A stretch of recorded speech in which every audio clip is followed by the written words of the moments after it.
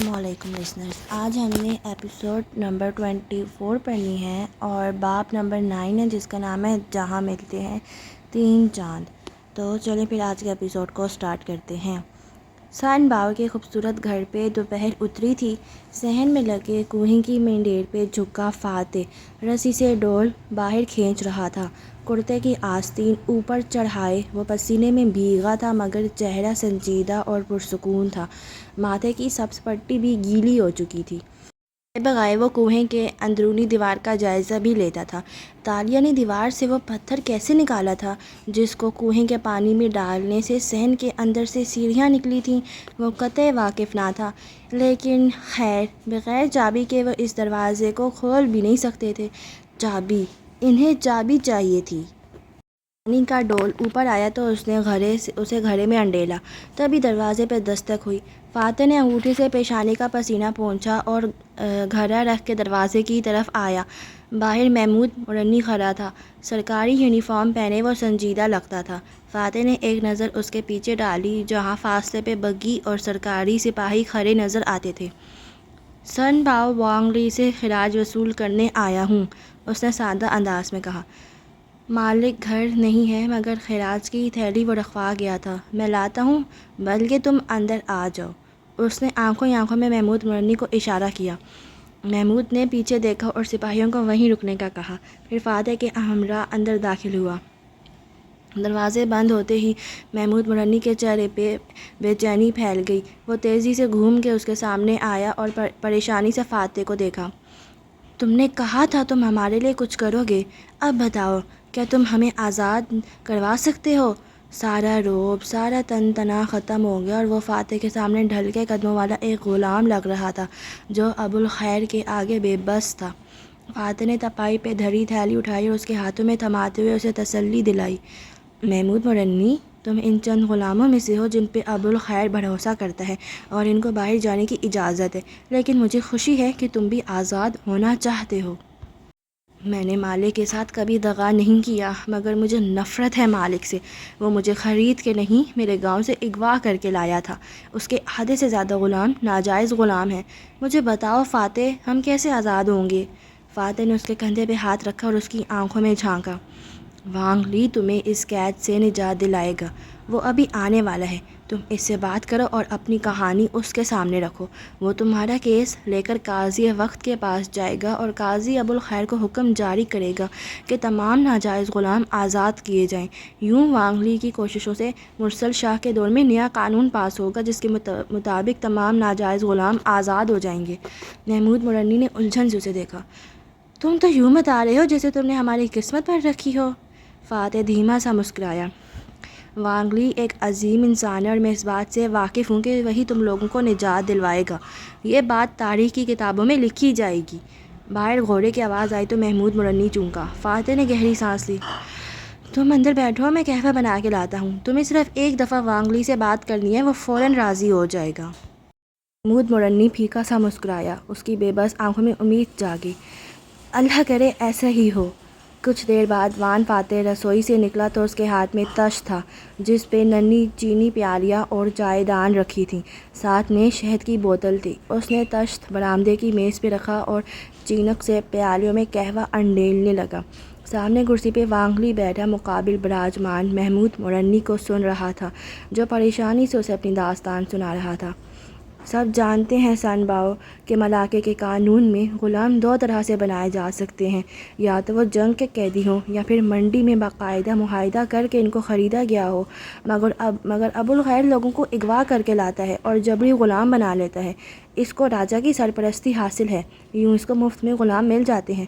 ہم سب آزاد ہونا چاہتے ہیں اور ہمیں یقین ہے کہ آپ ہماری مدد کریں گے۔ فاتح نے جھک کے تشت سن باؤ کے سامنے کیا۔ اس نے آرام سے پیالی اٹھائی اور لبوں سے لگائی۔ فاتح تشت لیے محمود مرنی کے پاس گیا، آنکھوں ہی آنکھوں میں مسکرا کے اسے حوصلہ دیا۔ محمود نے پر امید سا مسکراتے قہوہ اٹھایا اور سن باؤ کو ذرا اعتماد سے مخاطب کیا۔ سن باؤ، آپ ہمیں سمجھائیں گے ہمارا پہلا قدم کیا ہونا چاہیے؟ ہم کس طرح ابوالخیر کے خلاف اٹھ کھڑے ہوں؟ فاتح اب تشت لیے پیچھے کونے میں جا کھڑا ہوا۔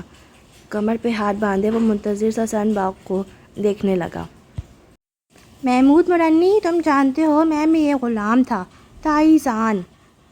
جی، اسی لیے ہمیں لگا کہ آپ ہمارا درد، اور مجھے جبری طور پہ غلام بنایا گیا تھا۔ میں شاہی چین کے پاس کم عمرے میں آیا تھا اور مجھ پہ بہت ہی ظلم ڈھائے گئے تھے، مگر میں ڈٹا رہا۔ میں نے اپنے مالک کے دل میں جگہ بنائی، میں نے محنت کی اور مجھے ان کا قرب بھی حاصل ہوا۔ مجھے بڑے بڑے عہدے ملے اور میں آج آزاد ہوں، ملک ملک گھومتا ہوں، جہاں چاہے رہتا ہوں، مگر ہر دن کے اختتام پہ اپنے آقا کو خط لکھ کے ساری صورتحال سے آگاہی دیتا ہوں۔ میں آج بھی شاہی چین کا غلام ہوں۔ اور سن باؤ نے پیالی رکھی اور آگے جھک کے اس کی آنکھوں میں دیکھا۔ مجھے اس غلامی پہ فخر ہے۔ پیچھے کھڑے وان فاتح کی مسکراہٹ غائب ہوئی۔ میں نے آج تک شاہی چین کے خلاف دوسروں سے مدد نہیں مانگی، میں نے اپنے آقا سے محبت کی اور وفاداری نبھائی۔ ہر غلام کو جدوجہد کرنی پڑتی ہے، یہ سوچنا بھی مت کہ میں کسی غلام کو اس کے آقا کے خلاف بغاوت کا مشورہ دوں گا۔ آج تو تم آ گئے ہو اور میں نے معاف کر دیا، لیکن اگر دوبارہ آئے تو میں ابو الخیر کو سب کچھ بتا دوں گا۔ اس لیے گھر جاؤ اور اپنے آقا کی خدمت کرو۔ غلام ہر طرح سے بنائے جاتے ہیں اور یہ ان کی قسمت ہوتی ہے کہ انہیں اپنے مالک کی خدمت کرنی ہوتی ہے۔ تم بھی میرے جیسا مقام حاصل کر سکتے ہو اپنی وفا اور محنت سے۔ یاد رکھنا، ملاقے کا کوئی رئیس، کوئی قاضی تمہارے ساتھ کھڑا نہیں ہوگا، کیونکہ سب کے گھروں میں جائز اور ناجائز غلام موجود ہیں۔ محمود مرنی خاموشی سے تھیلی اٹھائی اور فاتح پہ ایک دکھ بھری جتاتی نظر ڈال کے مڑ گیا۔ دروازے کھل کے بند ہونے کی آواز آئی، مگر فاتح اپنی جگہ سے نہیں ہل سکا۔ وانگ لی اب پیالی سے گھون گھون پی رہا تھا، اس کے چہرے پہ ہلکا سا ملال تھا۔ مجھے ان غلاموں سے ہمدردی ہے فاتح، مگر میں اجنبی دیس میں اجنبی ہوں، میں کبھی بھی ان غلاموں کے لیے کچھ نہیں کر سکتا۔ اگر تمہیں میری پیشانی لکیروں پہ کوئی تحریر ایسی نظر آئی ہے تو یقین کرو تم نے غلط پڑھا ہے۔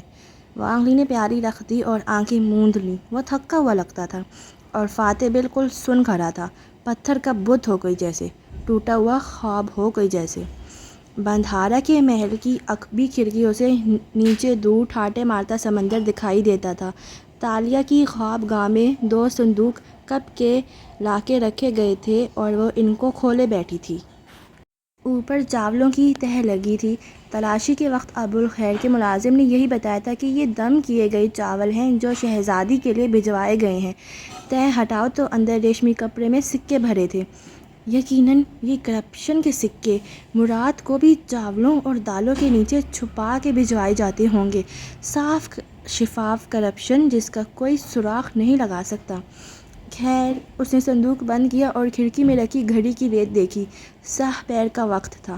راجہ اس وقت حکومتی امور میں مصروف رہتا تھا، ابھی کمرے میں نہیں آیا ہوگا۔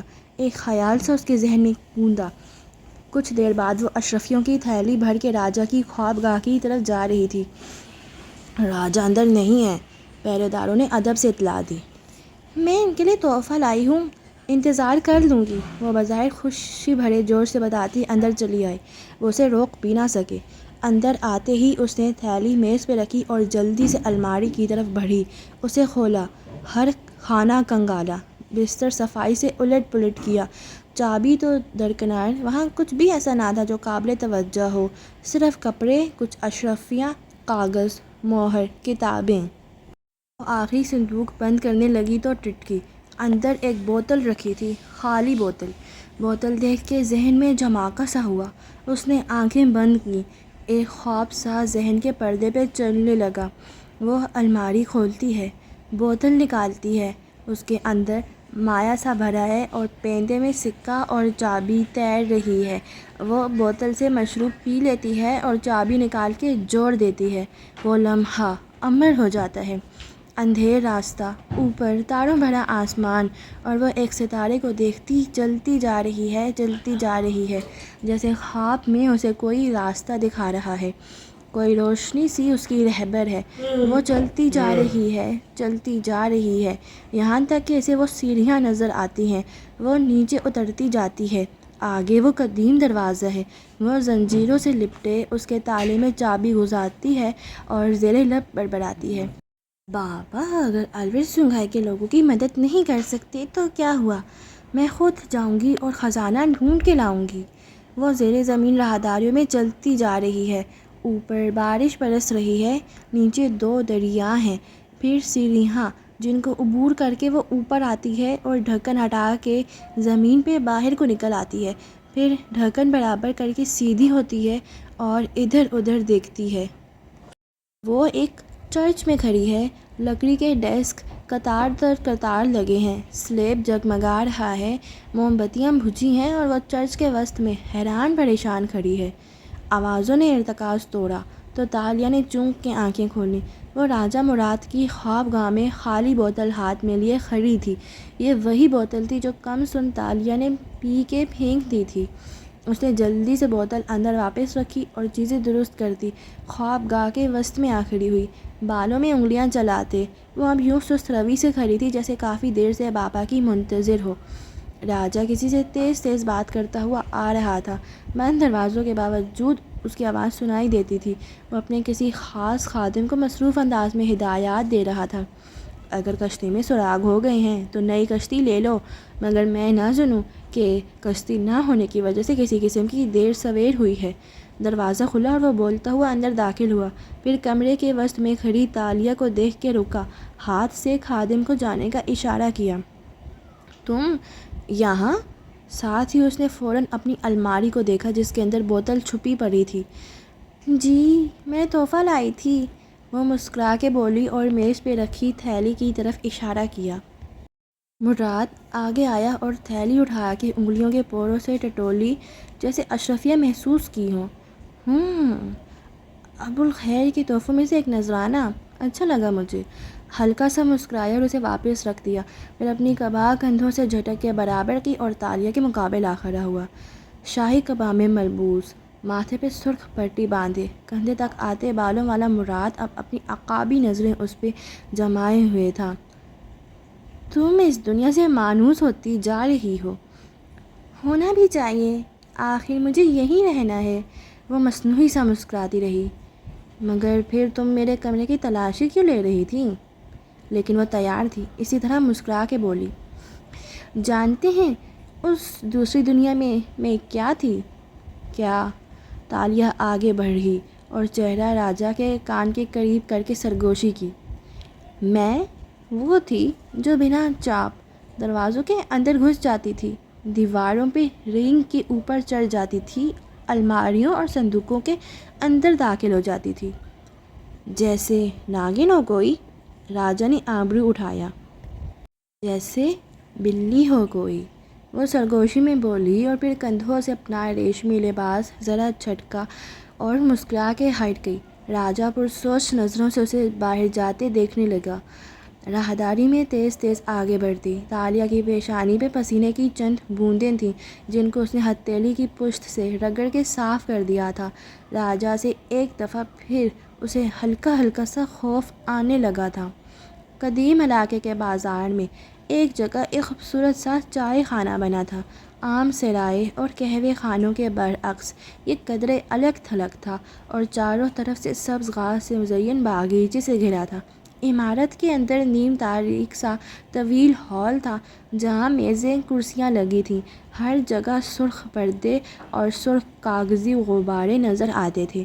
وہ چینی چائے خانہ تھا اور وہاں صرف چینی افراد کام کرتے تھے، تقریباً سب وہی تھے جو ملکہ یانسو کے چینی وفد میں آئے تھے اور یہاں آ کے مقامی عورتوں سے شادی کر کے یہیں بس گئے تھے۔ اس چینی چائے خانے کا نام جیا تھا۔ جیا قدیم چینی میں چائے کو کہتے تھے۔ یہ لفظ پھر جیا سے چاہ بنا جس سے چائے اخذ کیا گیا۔ جیا اس زمانے میں بھی ایک پرانی اور کلاسیکل اصطلاح تھی اور چائے خانے کا نام اس پہ رکھنا کسی اعلیٰ اور ادبی ذوق کے حامل شخص کا کام تھا اور وہ شخص کوئی اور نہیں، 3 نگینوں والا غلام وانگ لی تھا۔ جیا وانگ لی کا ذاتی قہوہ خانہ تھا جہاں وہ اکثر اپنی شامیں گزارتا تھا۔ یہاں شہر کے امراء اور رؤساء آیا کرتے تھے اور سیاست اور سیاحت پہ لمبی بخشیں ہوتی تھیں۔ اس شام بھی سن باؤ وانگ لی جیا کے اندر ایک میز پہ براجمان خوشگوار انداز میں محوی گفتگو تھا۔ سامنے شاہانہ لباس میں چند اعلیٰ عہدیدار بیٹھے اس کو سن رہے تھے۔ فاتح اس کے کندھے کے پیچھے کھڑا جھک کے چینک سے پیالی میں دھاڑ کی صورت چائے انڈیل رہا تھا۔ وہ کرتے کی آستینیں پیچھے چڑھائے سنجیدہ اور خاموش نظر آتا تھا۔ سامنے بیٹھے ایک شخص نے پیالی اٹھاتے ہوئے ایک نظر اس کو دیکھا۔ اس کو پہلی دفعہ دیکھ رہا ہوں وانگ لی، یہ کون ہے؟ سن باؤ نے مسکرا کے اسے دیکھا جو اب سنجیدہ سا کھڑا تھا۔ یہ میرا نیا غلام ہے، میں نے ابوالخیر سے اسے خریدا ہے۔ اچھا، تو یہ ہے وہ غلام جس کے اوپر لمبی لمبی بولیاں لگائی گئی تھیں؟ دوسرے شخص نے دلچسپی سے اسے دیکھا۔ وہ لمبے بالوں اور داڑھی والا درمیانی عمر کا آدمی تھا۔ فاتح نے ادب سے سر کو خم دیا، ایسے کہ نظریں اس پہ جمائے رکھیں، جھکائی نہیں۔ کہاں سے آئے ہو تم؟ داڑھی والے نے دوستانہ انداز میں پوچھا۔ ابوالخیر کی حویلی سے۔ اس نے دوسری پیالی میز پہ رکھی اور سر جھکائے چینک سے قہوہ اندر انڈیلا۔ دیکھنے میں اعلیٰ حسن نفس کے لگتے ہو، پیچھے سے کہاں کے ہو؟ داڑھی والے نے اسی دلچسپی سے پیالی اٹھاتے پوچھا۔ قاضی صاحب کا مطلب ہے کہ ابوالخیر کے پاس کس علاقے سے آئے تھے؟ وانگ لی نے وضاحت کی۔ فاتح نے بس خاموش نظریں گھما کے وانگ لی کو دیکھا اور پھر ایک اسمارٹ نظر قاضی پہ ڈالی۔ ابوالخیر کے پاس لوگ آتے نہیں ہیں، لائے جاتے ہیں۔ چبا چبا کے بولا تو میز پہ سناٹا چھا گیا۔ قاضی نے پیچھے کو ٹیک لگائی اور کھوجتی نظروں سے اس غلام کو دیکھا جو چینک اٹھائے بات کہہ کے پلٹ گیا تھا۔ تم ابوالخیر پہ الزام لگا رہے ہو؟ وہ وزیر خزانہ ہے اور ہمارا دوست۔ دوسرے آدمی نے پیچھے سے ناگواری سے تنبیہ کی۔ وانگ لی بھی ہلکا سا کھنکارا۔ فاتح کا الزام ضروری نہیں ہے کہ غلط ہو، مگر سفارت کارانہ انداز میں دونوں ہاتھ اٹھائے۔ یہ درست ہے کہ ایسے آدمی پہ الزام لگانے سے ڈرنا چاہیے جس کے ماشاء اللہ اتنے رئیس اور امراء دوست ہوں۔ خوش مزاجی سے ان دونوں کی طرف اشارہ کیا۔ وہ جو آگے چلتا جا رہا تھا ایک دم رکا، نہایت ضبط سے آنکھیں بند کر لیں۔ تو ثابت ہوا کہ سفارت کار آخر میں سفارت کار ہوتا ہے، کوئی انسان اپنے اصل سے نہیں بھاگ سکتا۔ نہ وانگ لی جو ان اعلیٰ عہدیداروں کے ساتھ سفارت کارانہ تعلقات نہیں خراب کر سکتا تھا، اور وہ دھیرے سے پلٹا تو اس کی آنکھوں میں تپش تھی، اور نہ وہ خود اپنے اصل روپ کو زیادہ دیر تک مصلحتوں کے پردے میں چھپا سکتا تھا۔ اس کے اندر کوئی جھوار باٹا سا پکنے لگا تھا۔ تشت قریب میز پہ ڈالا اور چھوٹے چھوٹے قدم اٹھاتا واپس ان کے سامنے آیا، پھر میز کے دونوں کناروں پہ ہاتھ رکھے اور ان کی طرف جھکا کہ چہرہ ان تینوں کی طرف تھا۔ میرا نام فاتح بن رمضان ہے۔ مجھے اللہ نے ہر طبقے میں سے گزار کے اس مقام تک پہنچایا ہے۔ میں نے رئیسوں کی دوستی بھی دیکھی ہے اور شاہوں کے محلوں میں بھی ان کے ساتھ بیٹھا ہوں۔ میں اعلیٰ سواریوں میں بھی گھوما ہوں اور میں نے ملک ملک کی سیر بھی کی ہے۔ میں کسی کی امارت یا طاقت کے رعب میں نہیں آیا کرتا، نہ میں طاقتوروں کی دوستی کے چھن جانے سے خوفزدہ رہتا ہوں۔ میں نے اپنے ہاتھوں سے قبریں کھودی ہوئی ہیں۔ مالک، مجھے ان چیزوں سے مت ڈراؤ جن سے فاتح نہیں ڈر سکتا، بھلے سامنے قاضی وقت ہو یا وزیر خزانہ۔ میں ملاقے کے ان بے بس غلاموں کے حقوق کے لیے آخری سانس تک لڑتا رہوں گا۔ پھر سیدھا ہوا، ایک نظر ان تینوں کے دم سادے چہروں پہ ڈالی اور مڑ گیا، پھر اندر جانے کی بجائے تیز تیز باہر کی طرف قدم بڑھا دیے۔ وہ پیچھے سے کیا کہہ رہے تھے اسے پرواہ نہ تھی۔ باہر آ کے گھاس پہ وہ رکا اور گہرے گہرے سانس لیے۔ دن ڈھل رہا تھا، سورج غروب ہو رہا تھا۔ چند گھوڑے باہر گھاس کے اس پار کھڑے تھے، کچھ لوگ ٹہل رہے تھے۔ ایسے میں وہ آسمان کا نارنجی پن دیکھنے لگا اور تب ہی نگاہ ہٹائی تو سامنے ایک سنگی پتھر پہ قہوہ خانے کے دروازے کے ساتھ ایڈم بیٹھا نظر آیا۔ اس کے ہاتھ میں دستہ تھا اور دوسرے پتھر پہ دعوات لکھے وہ قلم ڈبو ڈبو کے اس پہ کچھ لکھ رہا تھا۔ فاتح کو اپنی طرف دیکھتا پا کے ایڈم نے صرف ایک دفعہ نگاہ اٹھائی اور واپس اپنا کام کرنے لگا جیسے وہ اسے جانتا ہی نہ ہو۔ وہ یقیناً فاتح سے ملنے آیا تھا، مگر ماحول ایسا تھا کہ وہ مل نہیں سکتا تھا، اس لیے نظر انداز کے بیٹھا رہا۔ مگر وان فاتح کے ذہن میں ایک دم جھکڑ سے چلنے لگے، یادوں میں جھماکا سا ہوا اور کچھ یاد آیا۔ وہ 2.5 سال پہلے وہ کار میں بیٹھا لمبے سفر پہ جا رہا تھا۔ ڈرائیور کار چلا رہا تھا اور وہ پچھلی نشست پہ بیٹھا اینک لگائے کتاب پڑھ رہا تھا، جس کے سرورق کے اوپری حصے پہ بنگارا ملایو یعنی ملائے کا پھول اور نیچے آدم بن محمد لکھا تھا۔ صفحے پہ لکھی تحریر پڑھ کے وہ مسکرا رہا تھا۔ اور یہ اسی ماہ کی بات ہے جب وانگ لی کے چائے خانے جیا میں ہوئی ایک شام گرم بحثوں کی نظر۔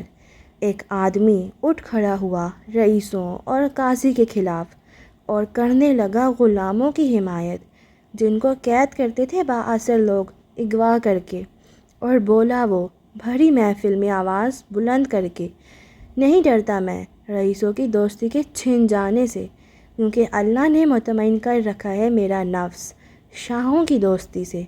گھوما ہوں میں اعلیٰ سواریوں میں، رہا ہوں میں اونچے محلوں میں، پھرا ہوں میں ملک ملک، اپنے ہاتھوں سے کھودی ہیں میں نے قبریں، تو نہ ڈراؤ مجھے ان چیزوں سے جو مجھے خوفزدہ نہیں کرتیں۔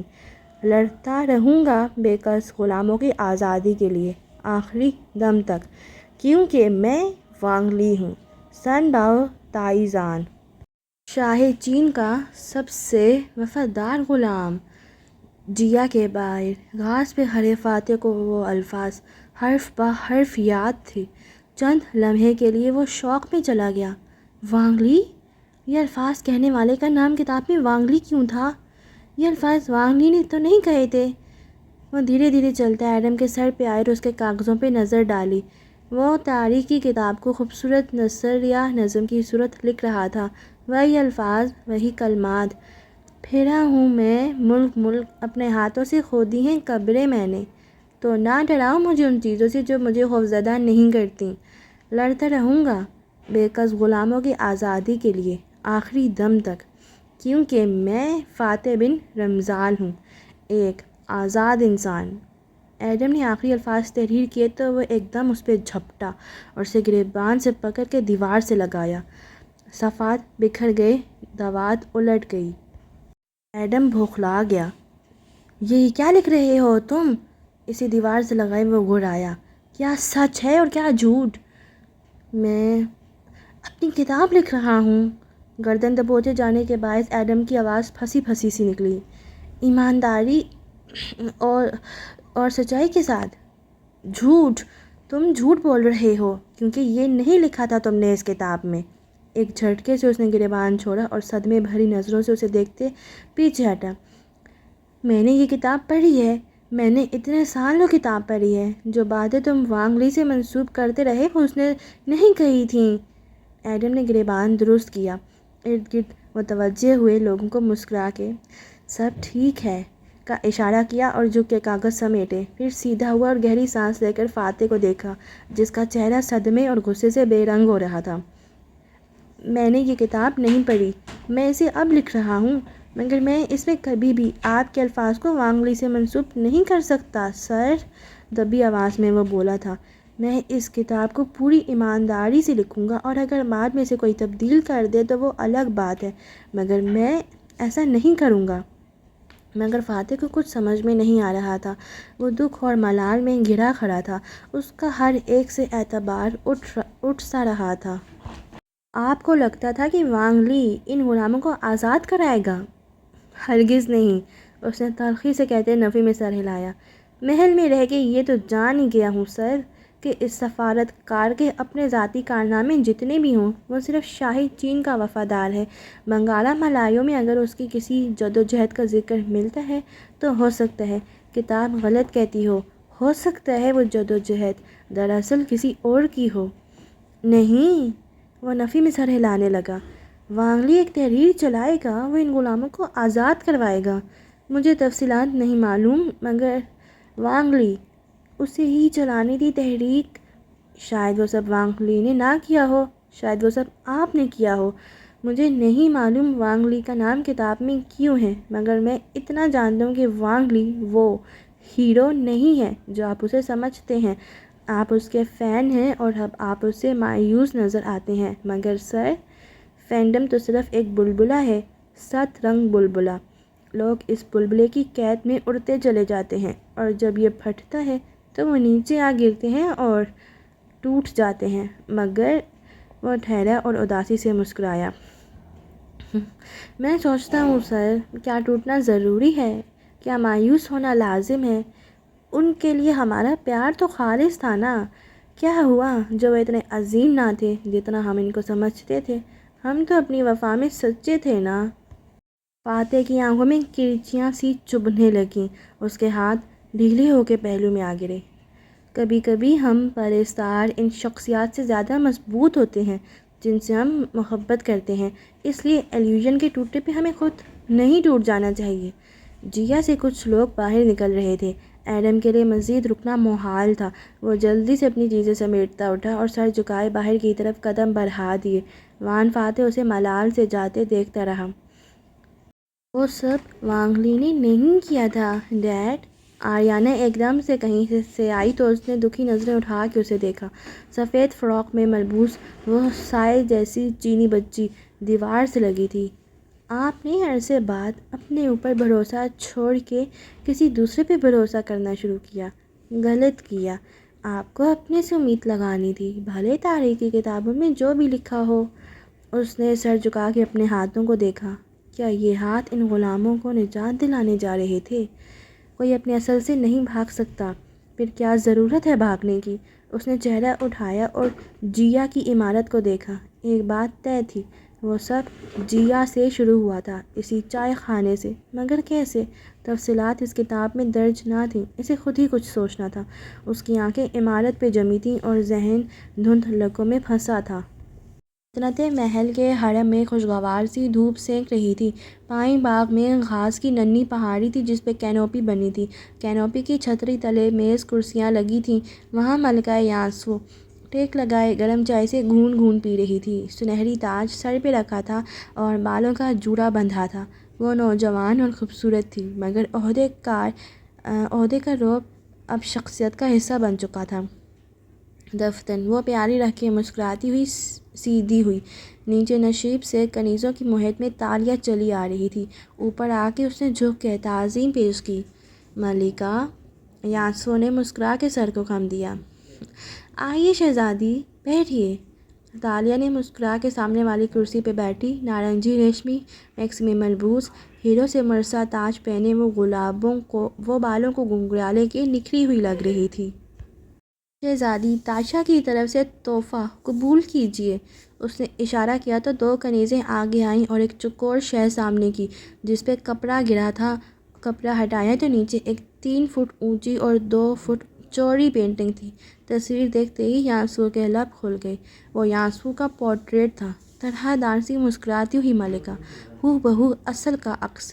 یاسو کی آنکھوں میں ستائش ابھری۔ اس نے بے یقینی سے تالیہ کو دیکھا جس نے سر کو پورا جھکا کے اٹھایا۔ یہ میں نے بنایا ہے ملکہ، آقا دیکھیں گے تو ان کو اچھا لگے گا۔ اس کو آقا کی خوابگاہ میں ہونا چاہیے۔ میں بہت متاثر ہوئی ہوں تاشا۔ پھر کنیزوں کو اشارہ کیا۔ اس کو آقا کی طرف بھجوا دو۔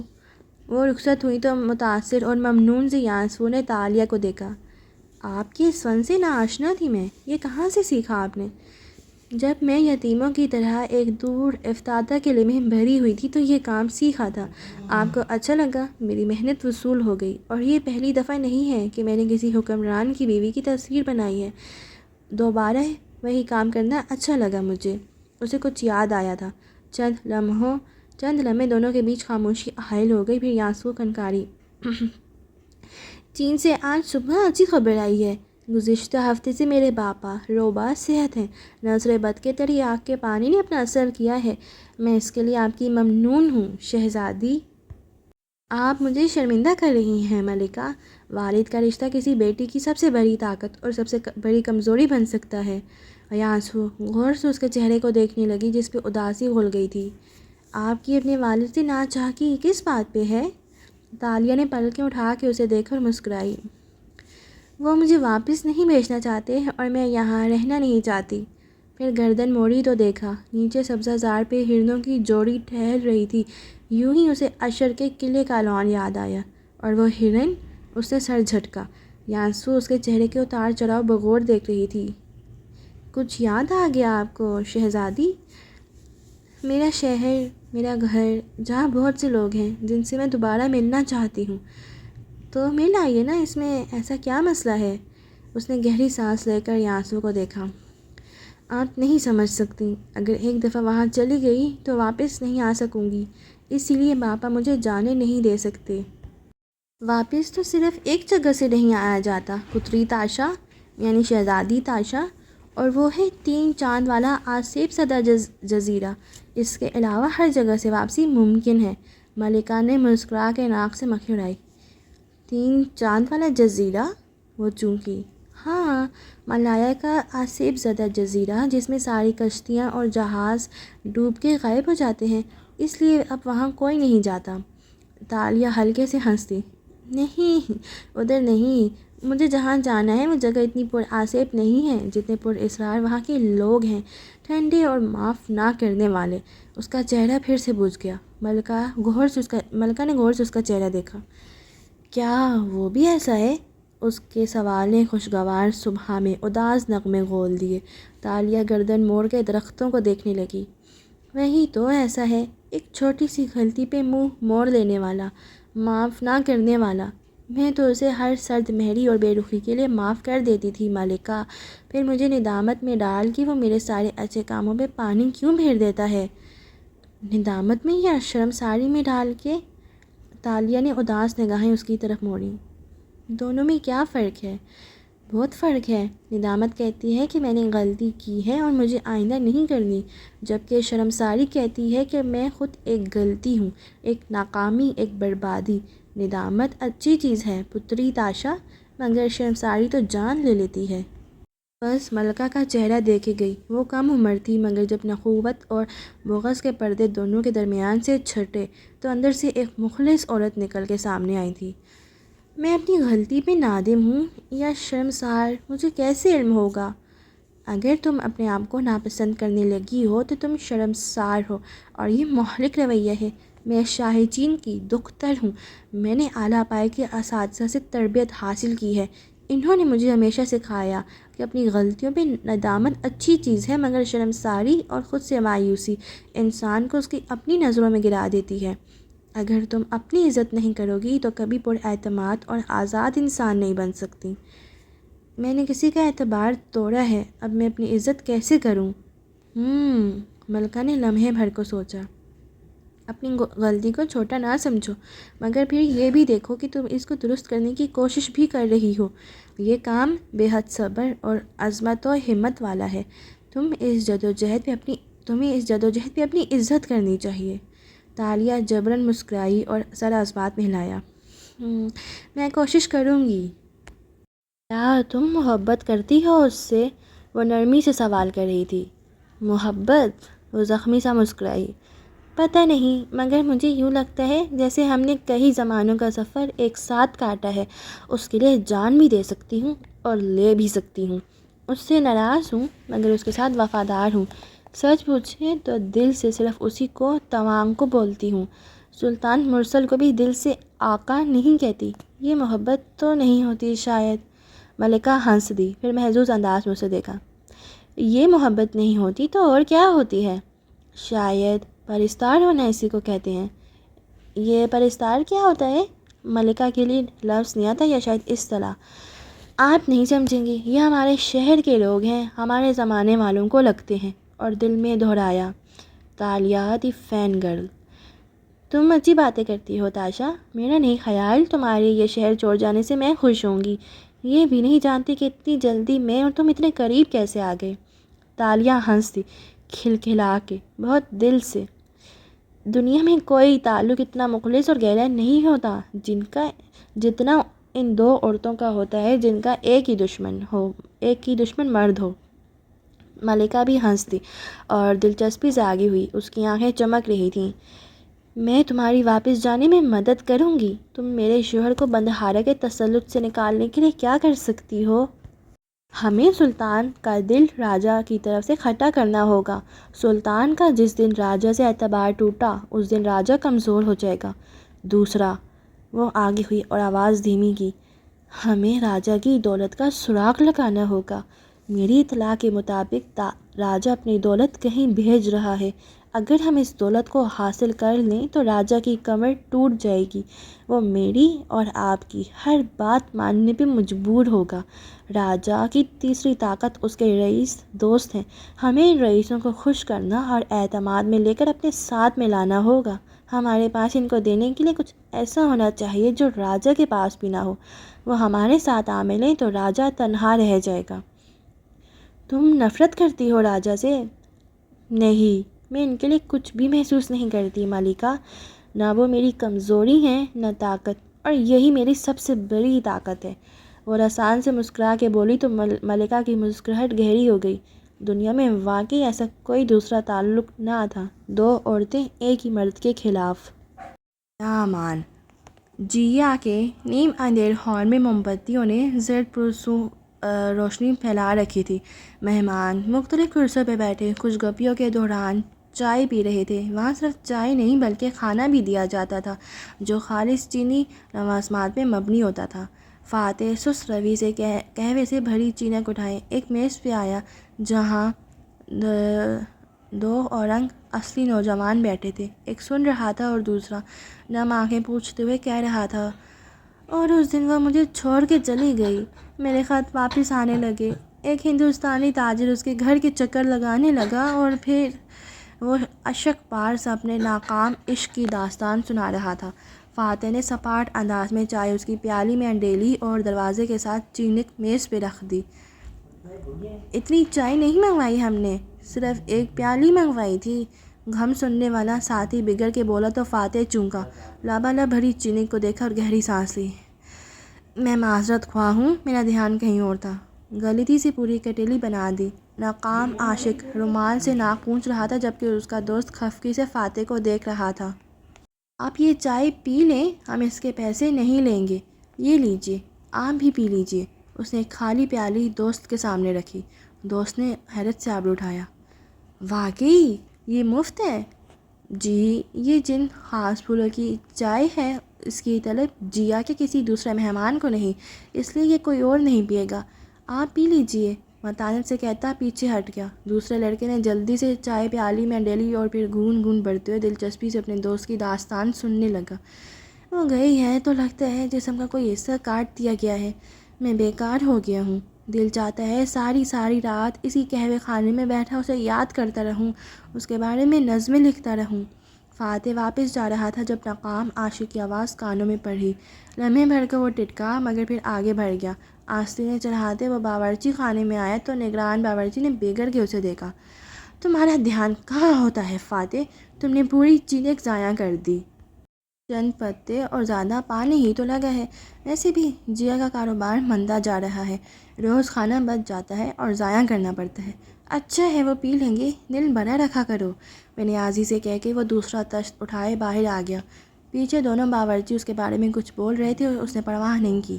وہ دونوں کنوارے میز پہ ہنوز بیٹھے تھے۔ عاشق داستانِ غم سنائی جا رہا تھا اور دوست تسلی سے سن رہا تھا۔ چینک آدھی ہو چکی تھی، پیالیاں بار بار بھری جا رہی تھیں، چینی کی چینک اور قہوے کی دھار انڈھیلنے کی آواز۔ وہ کھڑا اس منظر نامے کو دیکھ رہا تھا اور ایک اچھوتا خیال اس کے ذہن میں جڑ پکڑنے لگا۔ وہ ہر کھڑکی، ہر دروازے میں نظر آتی ہے، آسمان کے ہر تارے میں اس کا عکس ہے، ہر پھول میں اس کی خوشبو ہے۔ رومال سے آنکھیں رگڑتا عاشق اب رک کے پیالی سے گھونٹ بھرنے لگا تھا۔ فوراً فاتح ہلکا سا مسکرایا۔ سلطان مرسل شاہ کا دربار اس شام تنہا اور ویران پڑا تھا۔ عصر ڈوبنے لگی تو ساری موم بتیاں، مشعلیں اور دیے جلا دیے گئے۔ طویل دربار روشنیوں سے جگمگا اٹھا۔ مرسل شاہ اپنے تخت پہ بیٹھا سامنے میز پہ پھیلی پینٹنگ دیکھ رہا تھا۔ ابرو ستائش سے اٹھے تھے اور بار بار وہ واہ واہ واہ کہہ اٹھتا۔ دربار نے دروازے کھولے اور تالیہ اندر داخل ہوئی تو دروازے بند کر دیے گئے۔ وہ سیٹ میں اونچے تخت پہ بیٹھے سلطان نے سر اٹھایا اور مسکرا کے اسے دیکھا۔ آئیے پتری تاشا۔ وہ اپنی جگہ سے اٹھ کھڑا ہوا۔ تالیہ نے ادب سے سر جھکا کے آقا کہا اور ریشمی لباس دونوں پہلیوں سے اٹھائے قدم قدم آگے آئی، چبوتر کے زیریں چڑھی اور تخت کے ساتھ ایک مخملی اسٹول پہ بیٹھی، پھر گھنگریالی لیٹے انگلی سے کندھے پہ پیچھے کی اور سادگی سے مسکرا کے سلطان کا چہرہ دیکھا۔ کیا آقا کو میرا حکام پسند آیا؟ کام؟ یہ تو کوئی معجزہ ہے جیسے۔ وہ سر دھن رہا تھا، سر پہ ہیروں جواہرات سے مرصع ٹوپی پہنے اور کندھوں پہ زرتار سنہری قبا اوڑھے، وہ اپنی انگوٹھیوں والا ہاتھ تعریفی انداز میں بلند کیے ہوئے تھا۔ یوں لگتا ہے ملکہ کو اس تصویر میں قید کر دیا گیا ہو۔ ملکہ کا یہ مقام نہیں کہ ان کو قید کیا جائے، ہم تو صرف ان کے عکس کو قید کرنے کی جسارت کر سکتے ہیں۔ مرسل نے گردن موڑ کے مسکراتے ہوئے اس کا چہرہ دیکھا۔ یہ فن کہاں سے سیکھا آپ نے؟ آزاد انسان کی ہی خوبی ہوتی ہے کہ وہ پنچھی کی طرح ہر ملک کی فضا میں اڑتا پھرتا ہے اور بہت کچھ سیکھ لیتا ہے۔ مجھے فضائیں پسند ہیں آقا، یہ محل کے اونچے گنبد نہیں جو قید کر لیتے ہیں۔ مرسل نے گال تلے 3 انگلیاں رکھی اور دلچسپی سے اسے دیکھنے لگا۔ تو کیا ہم سب قید ہیں؟ اتنے آزاد بھی نہیں ہیں، مگر آپ کی بھی مجبوری ہے۔ وہ سرخ آنسو والی انگوٹھی کو انگلی سے گھماتی سادگی سے بولی۔ بندھارا کی ہر بات آپ کو ماننی پڑتی ہے۔ راجہ مراد کے احسان ہے مجھ پہ، اس نے میرے لیے بہت کچھ کیا۔ تو کیا وہ سب احسان میں کیا تھا انہوں نے؟ تالیہ کی آنکھیں مصنوعی حیرت سے پھیلی۔ میں تو سمجھی آقا کی محبت اور وفاداری میں کیا تھا۔ مرسل ایک دم گمسم ہو گیا، جیسے چونک گیا ہو۔ پھر تالیہ نے کندھے اچکائے۔ مگر میں ٹھہری آقا کی ایک ادنا کنیز، مجھے ان باتوں کی کیا سمجھ؟ یقیناً آقا بہتر جانتے ہوں گے۔ وہ چند ثانیوں سے دیکھتا رہا۔ کسی کھڑکی سے ہوا کا جھونکا آیا، دربار کی موم بتیوں کے شعلے ہلکے سے ٹمٹمائے۔ میں آپ کو اپنے حرم میں لانے جا رہا ہوں پتری تاشا۔ وہ جو اپنی داست میں دانائی سے چوٹ کر کے اٹھنے لگی تھی، لمحے بھر کو پتھر ہو گئی۔ چونک کے اسے دیکھا۔ جی؟ اول درجے کی خاتون بنا کر میں آپ کو اپنے حرم میں لانے جا رہا ہوں شہزادی، وہ خوشگوار انداز میں بتا رہا تھا اور اس کی رنگت پیلی پڑنے لگی۔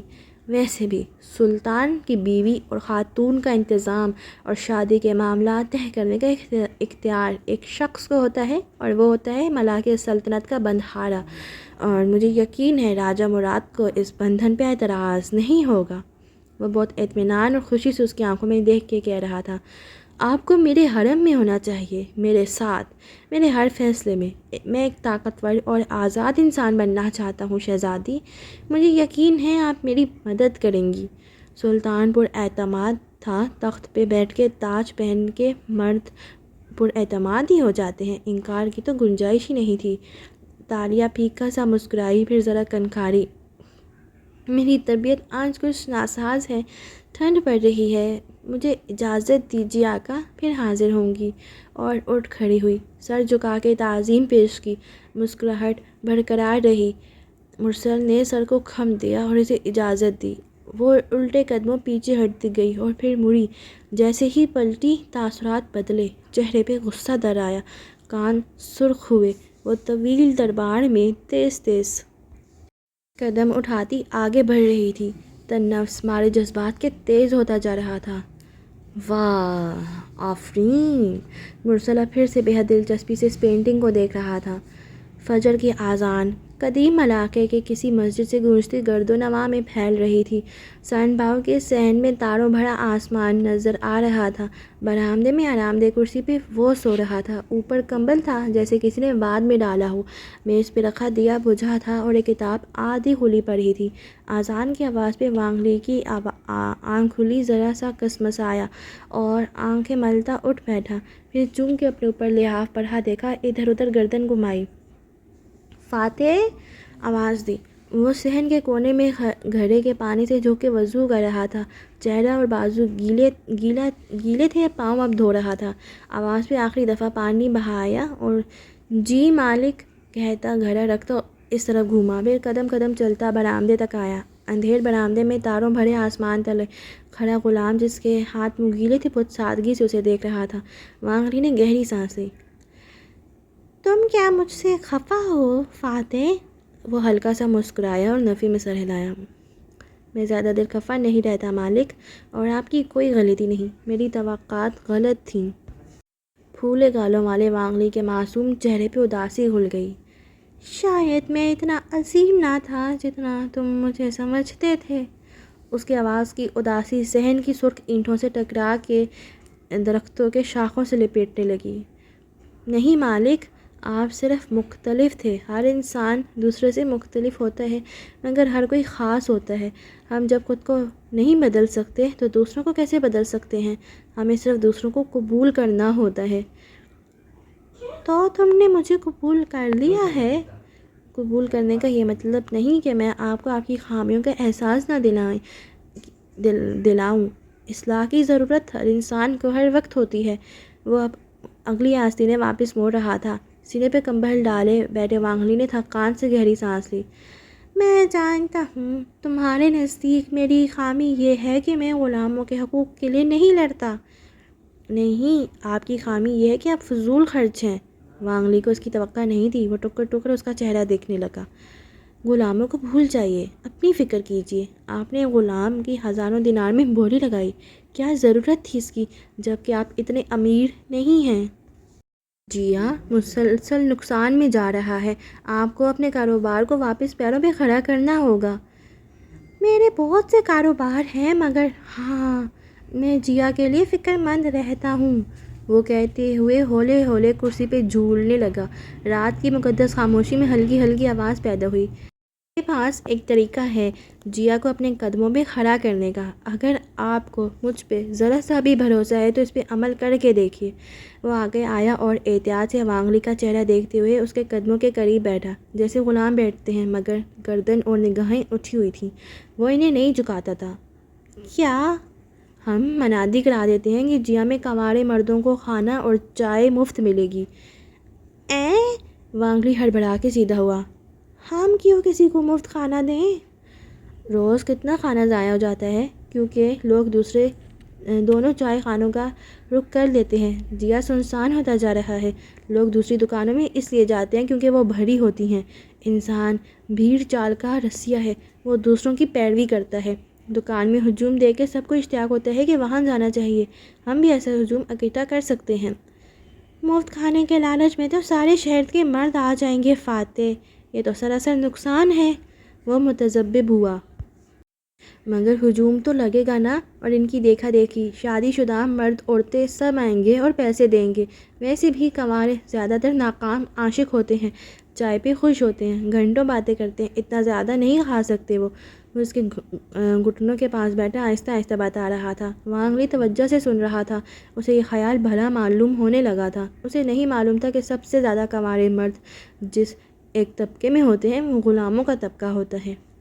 دوپہر چمکیلی تھی اور آسمان بادلوں سے بالکل صاف تھا۔ جیا چائے خانے کے اندر ہجوم لگا تھا۔ باہر سبزے پہ کچھ لوگ اپنی باری کا انتظار کر رہے تھے۔ اندر میز سے کھچا کھچ بھری تھی۔ ایسے میں دو چگا پوش چوکھٹ سے اندر داخل ہوئے تو مرکزی ہال میں کھانے کی اشتہا انگیز خوشبو پھیلی تھی۔ دھوئیں اڑ رہے تھے اور خوشگپیوں کی آوازیں مل کر شور صورت بلند ہو رہی تھیں۔ گھرس جیا میں رونق لگی تھی۔ ایک چگا پوش نے ایک دوسرے کے قریب سرگوشی کی۔ یہاں اتنا رش کیوں ہے ایڈم؟ دوسرا قریب کھسکا اور بولا۔ کیونکہ اس چائے خانے کے مالک نے تمام کنوارے مردوں کے لیے کھانا اور چائے مفت کر دی ہے۔ چیتالیہ 3 دن میں اس چائے خانے کی رونق بحال ہو گئی ہے۔ تو ہم یہاں کیوں آئے ہیں؟ کیونکہ میں کنوارا ہوں اور آپ کی مہربانی سے جو میری شادی ہونے والی تھی وہ وقت کی قید کے باعث نہیں ہو پائی، اس لیے مجھے اب یہاں سے مفت دال روٹی توڑنے دیجیے شہزادی۔ ارے واہ، میں نے کیا کیا تھا؟ تمہیں ہی شوق تھا میرے خزانے کے ایڈونچر کو خراب کرنے کا۔ اس کے ساتھ سیڑھیوں کی طرف بڑھتی کہے جا رہی تھی۔ گول جنہیں اوپر جاتے تھے اور وہاں ایک چھوٹا ہال تھا۔ تمہیں اور مجھے وہ خزانہ ڈھونڈنا تھا اور تم نے کیا کیا؟ ہاں، میں نے کیا کیا؟ وہ اوپر آئے اور آگے پیچھے ایک میز کی طرف بڑھے۔ تم نے جا کر چابی اور سکہ وان فاتح کو دے دیا اور انہوں نے وہ دروازہ کھول دیا۔ تم اپنی وجہ سے کنوارے ہو۔ اچھا؟ اس نے ایک کرسی کھینچی اور اسے دبی آواز میں جھڑکتے ہوئے بات جاری رکھی۔ تمہارا سب سے بڑا قصور یہ ہے کہ جو بات میرے اور تمہارے درمیان تھی تم اس میں وان فاتح کو لے آئے۔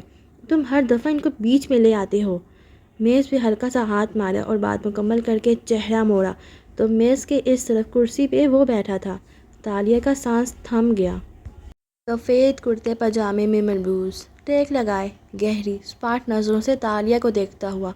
تالیہ نے فوراً ایڈم کو دیکھا جو جو تیسری کرسی کھینچ کے بیٹھ رہا تھا۔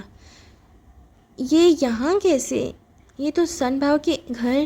پھر چونکہ اطراف میں دیکھا، دیواروں پہ سرخ رنگ کی سجاوٹ، چینی زبان میں لکھے بینرز۔ اس نے گہری سانس کھینچی اور خفگی سے ایڈم کو دیکھا۔ تو یہ چائے خانہ سن بھاؤ کا ہے؟ ساتھ ہی خفگی سے رخ موڑ لیا۔ ٹوپی سر پہ تھی مگر اس کے حالے میں دمکتا چہرہ اور تمتماتے گلابی ہوتے غال صاف دکھائی دے رہے تھے۔ میں چاہتا تھا ہم تینوں مل کے بیٹھ کے بات کر لیں اور مستقبل کا۔ ایڈم نے قدرے نرمی سے بات سنبھالنی چاہی، مگر اسے میں نے کہا تھا تمہیں یہاں بلانے کو۔ وہ سنجیدگی سے ہاتھ میز پہ رکھتے سامنے کو جھکا۔ تالیہ نے خفا خفا سا چہرہ اس کی طرف موڑا۔ اور آپ کیوں ایک بد دیانت جھوٹی لڑکی سے ملنا چاہتے تھے؟ اس سچے اور عظیم نئے دوست کے پاس کیوں نہیں بیٹھتے جس کے لیے آپ نے ہمیں چھوڑا تھا؟ میں کسی کو نہیں چھوڑا۔ تم نے ایک غلطی کی اور تم اس کو جسٹیفائی نہیں کر سکتی۔ جہاں تک وانگلی کا تعلق ہے تو میں اس سے جن کاموں کی توقع کر رہا تھا وہ اس کے بس کی بات نہیں ہے۔ اب اگر تم ہماری ذاتی رنجشوں کو پس پشت ڈال دو تو ہم کام کی بات کر لیں۔ وہ غصے میں نہیں تھا، وہ بس دو ٹوک پہ تاثر سا کہہ رہا تھا۔ تالیہ نے رک کے اسے دیکھا۔ اس کے بال چھوٹے تھے، قلموں سے کچھ سفید بھی، شیف تازہ بنا رکھی تھی اور چہرہ پہلے سے تر و تازہ لگتا تھا۔ بالآخر اسے ملاقے کا پانی راس آ گیا تھا اور وہ روبہ صحت تھا، البتہ اس کی آنکھوں کی سنجیدگی اور فکرمندی پہلے سے مختلف تھی۔ نہ جانے کیوں وہ نرم پڑنے لگی۔ کہیے توانکو، میں سن رہی ہوں۔ خفگی ختم نہیں کی مگر کم کر دی۔ ایڈم نے سکون کا سانس لیا۔ تالیہ اور فاتح آمنے سامنے بیٹھے تھے اور ایڈم ان کے ایک طرف تکون صورت وہ میز پہ جھکے تھے۔ ارد گرد میزوں پہ چند لوگ کھانے اور خوش گپیوں میں مصروف نظر آتے تھے، کوئی یہاں متوجہ نہ تھا۔ ہمیں جلد از جلد وہ چابی ڈھونڈ کے اس جگہ سے نکلنا ہے تاکہ آپ لوگ اپنے اپنے کام کریں اور میری شادی ہو سکے۔ وہ عرصے بعد اتنا مغموم اور بے چین نظر آ رہا تھا۔ جیا کے سارے کنوارے مردوں کو دیکھ کے اس کے پرانے زخم جاگ گئے تھے۔ ایڈم کا کہنا ہے کہ راجہ مراد اپنی دولت کو کہیں منتقل کر رہا ہے۔ فاتح نے سنجیدگی سے تالیہ کو مخاطب کیا۔ لگتا تو یہی ہے مگر ہم نہیں جانتے کہاں۔ اس کا انداز ہنوز لیا دیا سا تھا۔ اور یہ دولت آ کہاں سے رہی ہے؟ راجہ کا کوئی کاروبار، کوئی جائیداد نہیں ہے۔ جب اس کو محل سے نکالا گیا تھا پچھلے سلطان کے عہد میں تو وہ کنگال تھا، تبھی تو الور سنگھائی کے ایک خستہ حال مکان میں جا بسا تھا۔ مجھے یہ سب وانگلی نے بتایا ہے۔ یہ دولت ان کو ابوالخیر کی طرف سے ملتی ہے مگر ویسے کہیں اور منتقل کیوں کر رہے ہیں یہ مجھے سمجھ نہیں آئی۔ فاتح نے کونیا میز پہ رکھے اس کو غور سے دیکھا۔ تم ہی تو کہتی ہو کہ فضا میں شامل سیزیم کے علاوہ کوئی شے مختلف نہیں ہے ہماری اور ان کی دنیا میں۔ تو ایڈم احتجاج کرنے لگا مگر اس کی طرف کوئی متوجہ نہ تھا۔ یہ میری لائن تھی۔ تو ہماری دنیا میں بھی تو یہ کام ہوتے ہیں، اس کو منی لانڈرنگ بولتے ہیں۔ Money laundering? اوہ، اس نے کرا کے آنکھیں بند کی۔ تالیہ تو ماشاءاللہ لوٹنے اور چوری چکاری کی فیلڈ سے تعلق رکھتی ہیں، اس لیے ان کا علم لامحدود ہوگا، مگر میں سچی بات ہے کہ ابھی تک ٹھیک سے نہیں جانتا کہ منی لانڈرنگ کیا ہوتی ہے۔ کیوں؟ تم نے کبھی اس موضوع پہ کوئی کتاب نہیں پڑھی کیا؟ وہ چمک کے بولی۔ جواب میں ایڈم نے منہ بنایا تھا۔ سادہ سی بات ہے، جب کوئی آدمی بینک میں پیسہ رکھوانے جاتا ہے تو بینک اس سے پوچھتا ہے کہ یہ پیسہ کہاں سے آیا ہے، کیسے کمایا ہے، اس کی رسیدیں دکھاؤ۔ وہ رخ موڑ کے ایڈم کو سمجھانے لگا۔ ایڈم تالیہ کی بڑبڑاہٹ کو نظر انداز کے سننے لگا۔ تو حلال کمائی والی رسیدیں دکھا دیتے ہیں مگر ناجائز طریقے سے پیسہ بنانے والی رسیدیں نہیں دکھا سکتے، تو وہ اس پیسے کو اپنے ملک میں نہیں بلکہ فیشنیبل خوبصورت لڑکیوں کے بیگز میں بھر کے دوسرے ملکوں میں بھیج دیتے ہیں، کیونکہ خوبصورت لڑکیوں کے بیگز کی ایئرپورٹ پہ تلاشی کم لی جاتی ہے۔ اس کو پیسے کو آف شور اکاؤنٹ میں رکھنا کہتے ہیں۔ ایسے ہی لوگ آف شور کمپنی بناتے ہیں جو ایک کھوکھلی کمپنی ہوتی ہے۔ بس یہ جان لو کہ ہر ملک پوچھتا ہے کہ پیسہ کہاں سے آیا، سوائے چند ایک ملکوں کے۔ وہ عرصے بعد ایڈم کو اپنا مخلص اور سادہ لیڈر لگا تھا جو اسے آسان زبان میں کچھ سمجھا رہا تھا۔ کون سے ملک؟ ہانگ کانگ اور پاناما۔ یہ ملک کیوں نہیں پوچھتے کہ پیسہ حلال کا ہے یا حرام کا؟ وہ حیران ہوا۔ یہ غریب جزیرے تھے، ان کے پاس کچھ ایسا نہ تھا جو لوگ یہاں سرمایہ کاری کرتے۔ جس ملک میں بھی لوگ آ کر پیسہ بینکوں میں جمع کراتے ہیں وہ ملک امیر ہو جاتا ہے۔ ان ملکوں نے دنیا کو یہ کہہ دیا کہ ہمارے بینکوں میں پیسہ محفوظ کرو، ہمارے ہاں آف شور کمپنیز رجسٹر کرواؤ، ہم پیسے کا ذریعہ نہیں پوچھیں گے۔ اوہ، یعنی اس طرح سارے کرپٹ لوگ اپنا کالا دھن پاناما اور ہانگ کانگ اور سوئس بینکوں میں بھرنے لگے، کیونکہ وہاں کوئی ان سے سوال نہیں کرتا تھا۔ ایڈم کو سمجھ آ گیا تھا، اور پیسے کو ملک سے چوری چھپے نکال کے آف شور میں محفوظ کرنا منی لانڈرنگ ہوتا ہے۔ یہ پہلے صندوقوں میں بھر کے ہوتا تھا، اب بیگز میں ڈال کے۔ دیٹس اٹ، آف شور۔ تالیہ نے ایک دم میز پہ ہاتھ مارا تو وہ دونوں اسے دیکھنے لگے۔ آف شور کا کیا مطلب ہے بھلا؟ وہ دبی آواز میں چمکتی آنکھوں سے گویا ہوئی۔ ساحل سے دور، سمندر کی طرف کسی شہر کو رکھنا، سمندر کے اندر جزیروں میں چھپانا۔ یہ Panama, Hong Kong, British Virgin Islands, یہ سب جزیرے ہیں، ہے نا؟ ہاں تو ہو سکتا ہے اس قدیم زمانے میں بھی ایسا ہی کیا جاتا ہو، خزانوں کو صندوقوں میں بھر کے کسی ایسے جزیرے پہ لے جایا جاتا ہو جہاں کوئی اس دولت کے بارے میں سوال نہیں کر سکتا۔ اس چھوٹے خالی صندوق میں ریت کے ذرے پھنسے تھے، اسے ساحل پہ گھسیٹا گیا تھا، وہ نم تھا، اسے کشتی میں لاد کے لے جایا گیا تھا۔ راجہ مراد اس دن کشتی تیار کرنے کا حکم دے رہا تھا۔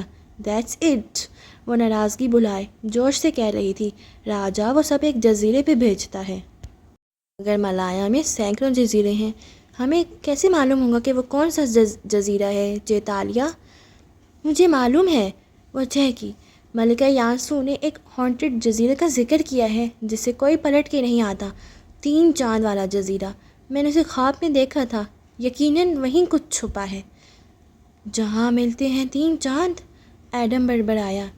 میں نے کتب خانے کی کتابوں میں اس کے بارے میں پڑھا ہے، وہ آسیب زدہ ہے اور وہاں سارے جہاز ڈوب جاتے ہیں، اس لیے وہاں کوئی نہیں جاتا۔ شاید یہ صرف باتیں ہوں، عام لوگوں کو اس سے دور رکھنے کے لیے۔ وہ پرجوش سی باری باری دونوں کے چہروں کو دیکھتی کہہ رہی تھی، مجھے معلوم ہے اب مجھے کیا کرنا ہے۔ کیا؟ فاتح نے ٹیک لگا لی اور غور سے اسے دیکھا۔ تالیہ نے جواب میں بے نیازی سے نظریں اس کی طرف موڑی۔ میں یہ بتانے کی پابند نہیں ہوں توانگ کو۔ اور وہ کیوں؟ اس کے ماتھے پہ بل پڑے۔ وہ اٹھی، میز پہ دونوں ہاتھ رکھ کے جھکی اور اس کی آنکھوں میں دیکھا۔ کیونکہ میرا ایلیوژن ٹوٹ چکا ہے، کیونکہ میں اب کسی کے پیچھے بھاگنے والوں میں سے نہیں ہوں۔ جب انسان اپنے آپ کو عزت دینے لگ جائے تو اسے کسی اپروول کی ضرورت نہیں ہوتی۔ میں آزاد ہو چکی ہوں۔ میں نے خود سے وعدہ لیا ہے کہ اب اچھے لوگوں سے جھوٹ نہیں بولوں گی، دھوکہ نہیں دوں گی، اور میں اس وعدے کے لیے صرف اپنے آپ کو جواب دہ ہوں، کسی دوسرے انسان کو نہیں۔ تالیہ دی فین گرل کیل میں رہ گئی ہے توانگ کو، اور جو یہاں ہے وہ آپ کی عزت کرتی ہے، مگر وہ ذہنی غلام نہیں ہے۔ کسی کے فین ہونے کا مطلب اپنی رائے کو اس کی رائے کا غلام بنا دینا نہیں ہے۔ بعض اوقات ہم پرستار اپنی محبوب شخصیات سے زیادہ مضبوط ہوتے ہیں۔ اس نے چگا جھٹکا، سیدھی ہوئی اور ایک جتاتی نظر اس پہ ڈالتی مڑ گئی۔ آخری بار پہ فاتح نے چونک کے ایڈم کو دیکھا جس نے خجالت سے سر جھکایا تھا۔ مجھے ہر بات شہزادی کو بتانی پڑتی ہے ورنہ وہ میرا دایاں ہاتھ کٹوا سکتی ہے، دایاں۔ تالیہ اب دھپ دھپ زینے اتر رہی تھی۔ فاتح نے جواب نہیں دیا، بس خاموشی سے پیچھے ہو کے بیٹھا۔ چلو اچھا ہے، اس نے کہا ہے کہ اب وہ جھوٹ نہیں بولے گی۔ اس نے تالیہ کی بات کا اثر زائل کرنا چاہا۔ انہوں نے کہا ہے اچھے لوگوں سے جھوٹ نہیں بولیں گی۔ اب یہ تو چیتالیہ ہی بتا سکتی ہیں کہ اچھے لوگوں میں ہم شامل ہیں یا نہیں۔ ان کا ویسے بھی کچھ نہیں پتہ، کل کو کہہ دیں ساری دنیا میں کوئی اچھا نہیں ہے۔ فاتح نے گردن موڑ کے کام کرتے بیروں کو دیکھا اور پھر اٹھ کھڑا ہوا۔ تم اپنا کام کرو اور چکنے رہو، کل ملتے ہیں، باورچی اوپر آنے والا ہوگا۔ پھر وہ آگے بڑھ گیا۔ سر، وہ کھڑا ہوا اور قدرے سنجیدگی سے پکارا۔ وہ جاتے جاتے رکا اور پلٹ کے اسے دیکھا۔ کوئی بات ہے؟ چیتالیہ نے مجھے بتایا ہے کہ سلطان مرسل ان کو تھوک نکلی اپنے حرم میں شامل کرنا چاہتے ہیں اور جلد ہی وہ راجہ سے بات کرنے والے ہیں۔ اس نے نظریں جھکا لیں۔ میں چاہتا تھا کہ آپ کو علم ہو کہ آگے کیا ہونے جا رہا ہے۔ انہوں نے مجھے آپ کو بتانے سے منع کیا تھا۔ فاتح بن رمضان کے کان سرخ پڑے، پیشانی شکن آلود ہو گئی۔ ایسا کچھ نہیں ہوگا، سنا تم نے؟ اپنی شہزادی سے کہو سلطان سے دور رہے۔ وہ ایک دم اتنے غصے سے بولا کہ خود بھی ٹٹک گیا۔ ایڈم نے نظر اٹھا کے خاموشی سے اسے دیکھا اور سر کو خم دیا۔ وہ اپنے فیصلوں میں آزاد ہیں، وہ ملاقے کی شہزادی ہیں، میں یا آپ یہ بات ان کو کس حیثیت سے کہہ سکتے ہیں سر؟ یہ سوال نہیں تھا، تبصرہ تھا۔ کہہ کے وہ رکا نہیں، چوگے کی ٹوپی درست کی اور مڑ گیا۔ فاتح مٹھیاں بھینچ کے رہ گیا۔ اس سے کچھ بہت برا لگ رہا تھا، سخت، ناگوار، بے بسی کا عجیب احساس۔ راجہ مراد کی خوابگاہ کے اندر قندیلیں جل رہی تھیں، سارے میں زرد روشنی پھیلی تھی۔ راجہ میز پہ جھکا بیٹھا ایک ننھے ہتھوڑے سے لکڑی کے ٹکڑوں میں میخیں ٹونک رہا تھا۔ ماتھے پہ سرخ پٹی بندھی تھی اور بال پونی میں جکڑے تھے، نیچے سیاہ کرتا پاجامہ تھا۔ یہ اس کے آرام کا وقت تھا۔ آہٹ ہوئی تو اس نے سر اٹھایا، پھر مسکرایا۔ سامنے تالیہ کھڑی تھی، شہزادیوں والے لباس میں، تاج اور زیور پہنے، وہ سنگھار کے مسکرا رہی تھی۔ آؤ تالیہ، بہت دیر لگائی آنے میں، سنا ہے آج کل تم شہر کی سیر کو نکلتی رہتی ہو۔ مجھے بھیس بدل کے لوگوں کے حالات معلوم کرنا اچھا لگتا ہے، وہ مسکرا کے کہتی قریب آئی اور میز کے کنارے رکی۔ راجہ کے ہاتھوں پہ نظر ڈالی تو ٹھٹکی۔ اس نے ننھی لکڑی کی کشتی پکڑ رکھی تھی جس کو وہ مہارت سے جوڑ رہا تھا، چند اوزار اور لکڑی کے ٹکڑے سامنے پھیلے تھے۔ یہ شوق بھی رکھتے ہیں آپ؟ شکار بازوں کے شوق وسیع ہوتے ہیں۔ بیٹھو، مجھے تم سے کچھ پوچھنا ہے۔ تالیہ ذرا سی چونکی مگر پھر سنبھل کے مسکرائی۔ ذہن فوراً مرسل کی باتوں کی طرف گیا تھا۔ کیا اس نے باپا سے بات کر لی؟ اوہ نو، اب وہ کیا کرے گی؟ یہ کیا بات تھی؟ دھڑکتے دل سے پوچھا۔